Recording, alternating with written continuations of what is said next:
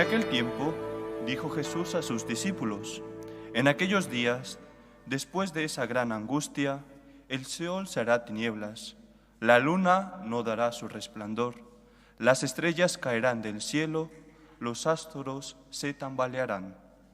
Entonces verán venir al Hijo del Hombre sobre las nubes, con gran poder y majestad. Enviará a los ángeles para reunir a sus elegidos de los cuatro vientos, de horizonte a horizonte. Aprended de esta parábola de la higuera. Cuando las ramas se ponen tiernas y brotan las yemas, decís que el verano está cerca. Pues cuando veáis vosotros suceder esto, sabed que está cerca a la puerta.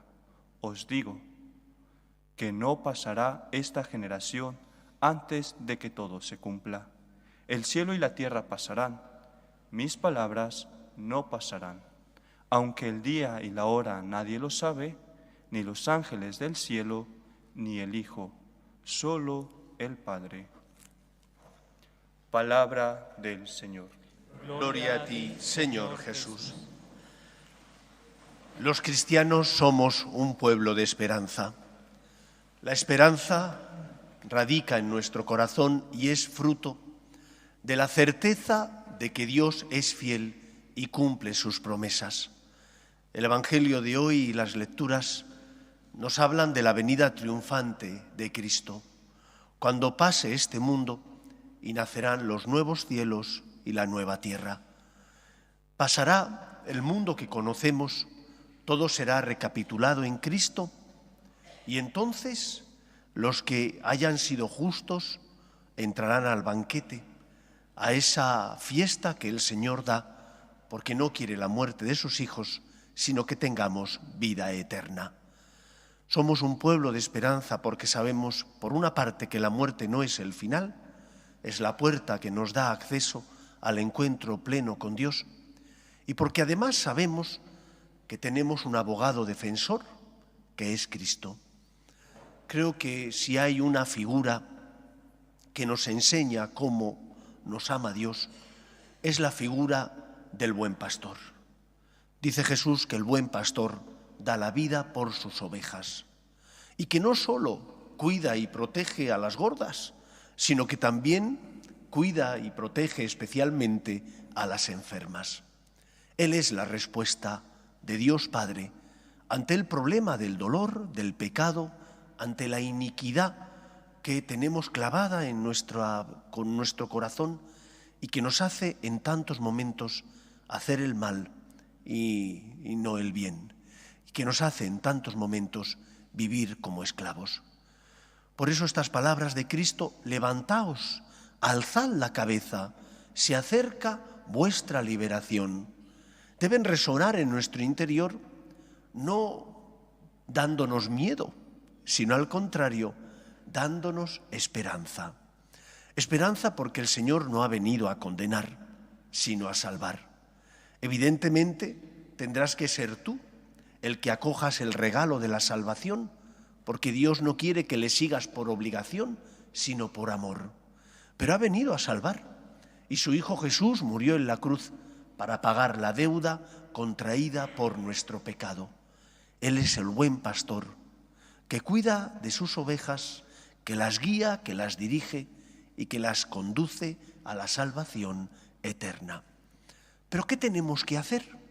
Además de decirle que sí a Dios, además de abrirle nuestro corazón al Señor y dejarnos curar y sanar gracias a los sacramentos, especialmente por medio del sacramento del perdón, ¿qué más tenemos que hacer? El buen pastor ha venido a dar la vida por sus ovejas, pero también a guiarnos. Y por eso dice Jesús en el Evangelio: no todo el que me dice Señor, Señor, entrará en el reino de los cielos, sino el que escucha la palabra de Dios y la pone por obra. Jesús viene a guiar nuestros pasos para que encontremos el camino de la salvación, que es vivir siendo fieles a Él.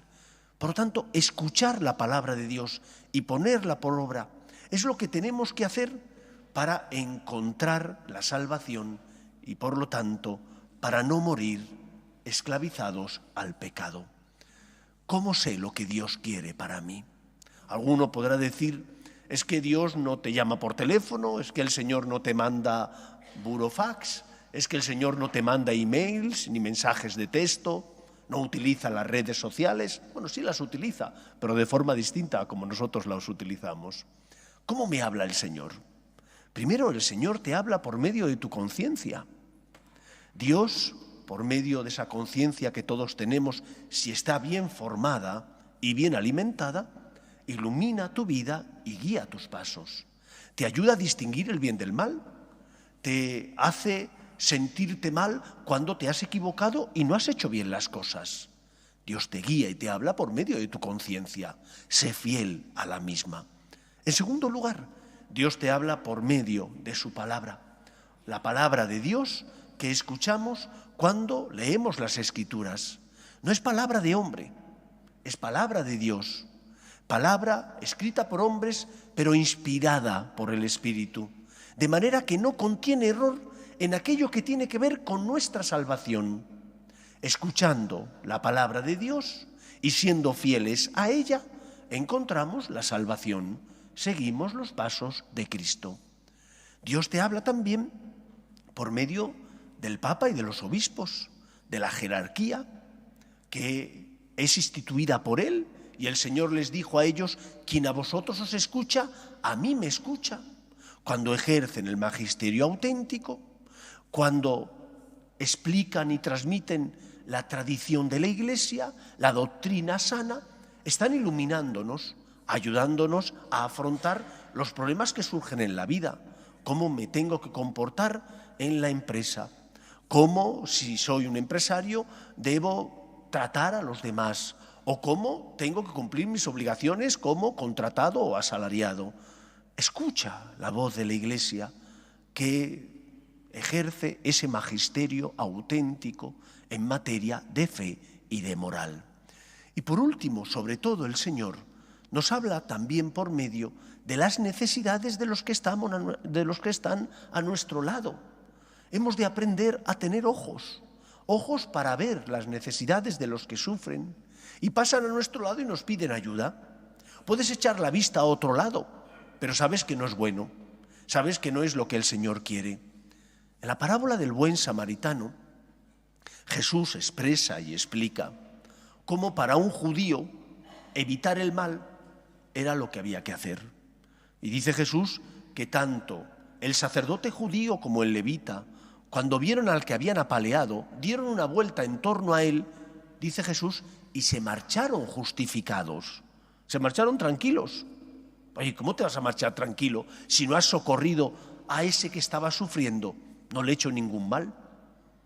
Como no le he hecho ningún mal, no estoy obligado a más. Pero un cristiano no puede quedarse en evitar el mal. Tiene que hacer también todo el bien que esté en su mano.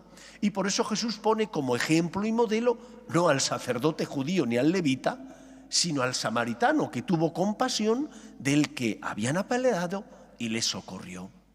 Utiliza tus dones, tus talentos, para ayudar a los que sufren en el cuerpo o en el alma. Unos padres de familia que aman a sus hijos les tienen que enseñar a distinguir el bien del mal. Unos padres de familia que quieren a sus hijos les tienen que enseñar a ser agradecidos, a dar gracias por los dones que tienen, puesto que son afortunados. Como, de igual manera, pues un sacerdote no puede predicar lo que quiera. Tiene que ser fiel a la doctrina de la Iglesia, tiene que ser fiel a esa verdad que es Cristo. Y no puedo decir lo que me apetezca para quedar bien con los demás. Si una persona está viviendo en pecado, yo como sacerdote tendré que decirle, no estás viviendo adecuadamente.